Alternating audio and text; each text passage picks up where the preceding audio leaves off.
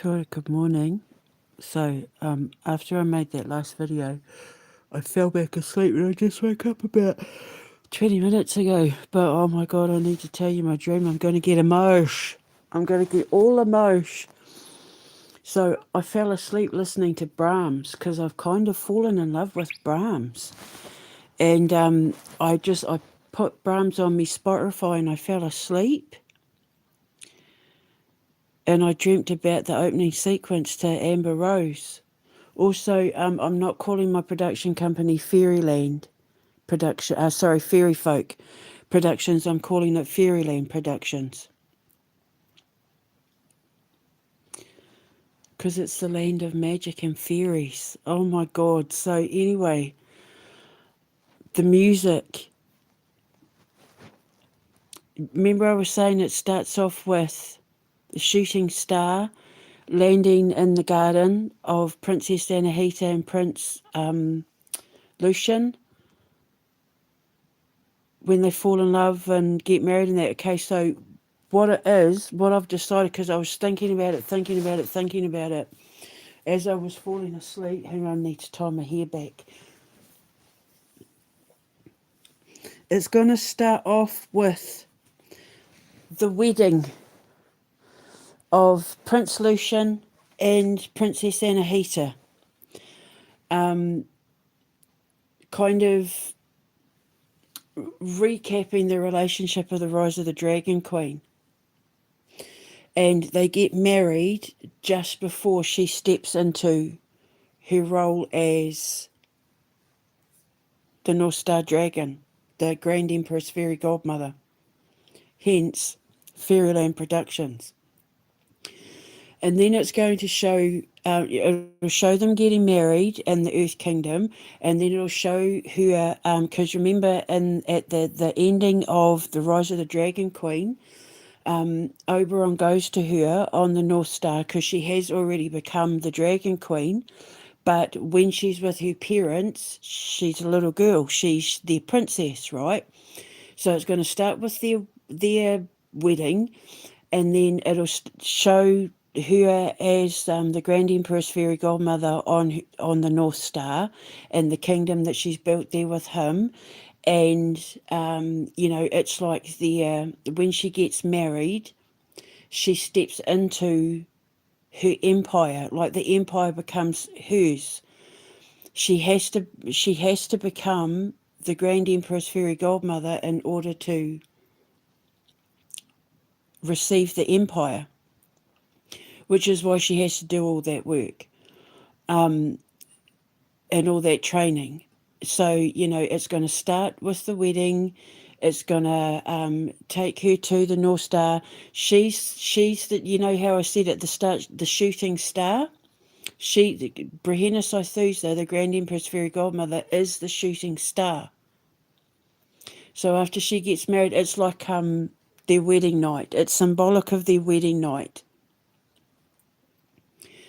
And then you see her tending to her empire as the Grand Empress Fairy Godmother. And remember in Pinocchio, how he has the Fairy Godmother and she's got the blonde hair and, she's wearing that lovely dress and she's got her magic wand and yada, yada, blah, blah, blah. This is what's going to be just, oh my God. Because this is what I dreamt. Listening to Brahms going to sleep, this is what I dreamt. Brehena Saithusa, the Grand Empress Fairy Godmother, the North Star Dragon, was the cartoon character. She was in, like I saw my brand, my Brehenis as the cartoon character tending to a garden. And then you see obviously you see the shooting star hit the ground and land in the garden, and it grows the Amber Rose. But the music, it's the music. And I've put the closest I can describe it, and it's probably because I think one of the reasons why I like Brahms so much is because, and I've said it before, he's very heavy on like oboes and clarinets and you know, and I like those instruments. I like the way they sound. Piccolos, oboes, clarinets. I like the sound of them. They're pleasing to my ear. They evoke a sense of fun and frivolity and seriousness, like the sounds and tones of like woodwind instruments and stuff like that can change so dramatically and evoke everything from, like, you know, serious kind of booming sound right through to fun frivolity. And you know, you can just imagine like fairies dancing along the ground, and you know, as they're picking up acorns and you know, all that sort of thing. When I hear them, they help me imaginate. And back in the day, I used to say that what I was building, I used to say, you know, that my fire was imagination land. I used to call it imagination land. But I don't know if I can use that, because I think that's what they used in South Park. So then I called it the Entertainment Factory, but I'm calling it Fairyland Productions. So, I mean, even in the forest bit of my foundation, kids will be able to go when they're taken by, you know, one of my actress characters in that to find their wands based on one of my stories, Wishes Make Your Dreams Come True, where the kid has to look out. In all my stories, the kids have to look out the window using magic binoculars or a magic telescope to find the North Star, the Star of Behenna. And when they find her, they see a blue eye looking back, and then she turns into a shooting star and lands in their bedroom, gives them the advice they need. So that's what I'm saying. It's all coming together. Oh my God. And I got to see me as a character. I got to see Behenna Sythusa with her black hair and her gown on and her wand, and as a Disney character. Well, not Disney, but you know what I mean. As a North Star character. And I'm just like, oh my God, if I could draw. Well, no, I was going to say I'd show you, but I wouldn't, because Donald Trump and that would steal it and sell it to Paramount Productions. But I can't believe it. So the music, the closest I could find, it was the first thing I thought, Fantasia. And I've put a bit in the description box when you listen to it. It's not going to be my music, my symphonic sound isn't going to be as like. I mean, I haven't figured out the full storyline yet. I just know that the garden raises her. I have I'm starting to thread it together, but for now, the opening sequence, when you see the shooting star, you know, you're going to see them when you see them getting married, and they're getting married, and the church bells are ringing, and it's all like, you know, Disney fairy, and you've got the sort of thing as they're, you know, skipping away, and then they turn into the dragon. She turns into the dragon, and she takes Lucian with her, and she becomes the shooting star, and all that music that's playing. Listen to it in the description box when you see the shooting star and it lands and it hits the ground, and then, you know, you see the little seed of the rose come up, and then, you know, it turns into the cute little rosebud, and you just see the tips of the little amber bit coming out, and then the garden shows her how to open up and become the rose. And, you know, but she's a special rose because she's the only amber rose in the garden. Of all the roses and all the flowers and all the vegetables and everything, she's the only amber rose. So, yeah, but listen to the music, the Fantasia. And now that it's all coming out about Disney and that, you can see why I end up getting.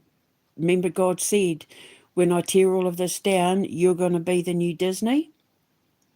Fairyland Productions will be. Everyone will. You probably just call it Fairyland or something, but yeah. Fairyland Productions is going to take over from Disney and make proper, wholesome, traditional animated movies. No AI, barely any graphics. Like our specifically Amber Rose will be done just like how Fantasia was made in 1940, just like how Snow White was made in 1937. Hand, all done by hand. All the cells in that painted by hand, and oh my God, I got to see me as a Disney character, like oh my God, I can't believe it. I can't believe it. There she was, Brehena Saithusa, standing in her gown with her wand as the Grand Empress Fairy Godmother. I'm just, and it's beautiful because my star of Behenna, is in the Cepheus constellation, and Amber's star, the Amber Diamond, is in the Cygnus constellation, the Swan constellation, and the constellation looks like the swan flying towards the house. I've already explained the story, but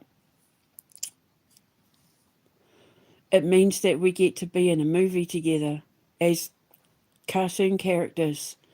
Our constellation's going to be shown in the movie.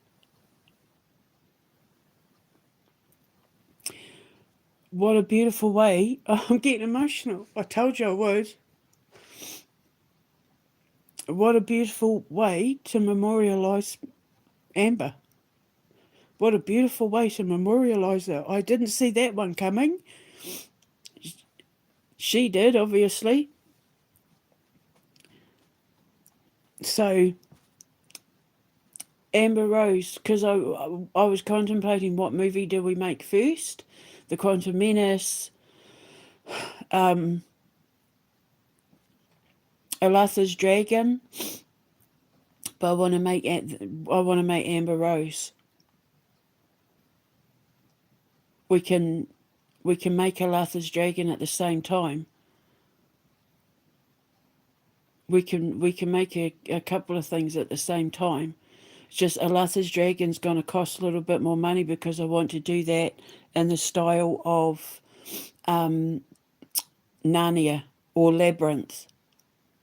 I want to do it in the style of The Labyrinth, with David Bowie, where it's puppets and people. So, and I'll have a set, I'll have the perfect grounds in that to record it. I'm going to be in the perfect place between Germany and Italy and France and all that for, there's going to be a glut of outdoor places to record things, just like with Lord of the Rings in New Zealand. And it's all, Alatha's Dragon is like perfect for that, for those locations, because of the folklore and mythology of around those areas. It fits right in to Alatha's Dragon, which is the story of Brehena Saithusa's son. Well, I mean, technically it's a story of my son growing up to take his place as heir to my throne. Brehena Saithusa's son growing up to take his place on the throne. So technically Amber was born first, because technically Amber is Thomas's auntie. But this is all fairy tale.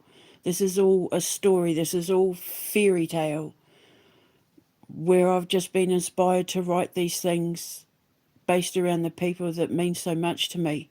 The people that I love more than anything in the world. They became seeds that I wanted to plant, to tell stories about how much they inspired me to write, which is, I've been writing stories since I was knee-high to a grasshopper, Jiminy Cricket. So I just can't believe I had a dream where I saw myself as a fairy godmother, like Pinocchio. But the music, this is about the music for now, because this is just a brand new seed that's been planted. So you have to need to let me sit and fertilize it for a bit. But the music, listen to the piece that I've put in, and imagine what I just said about them getting married, and the shooting star, and the flowers realizing, oh my God, a seed for a rose has been planted, and they're all excited dancing around the garden, and there's like little,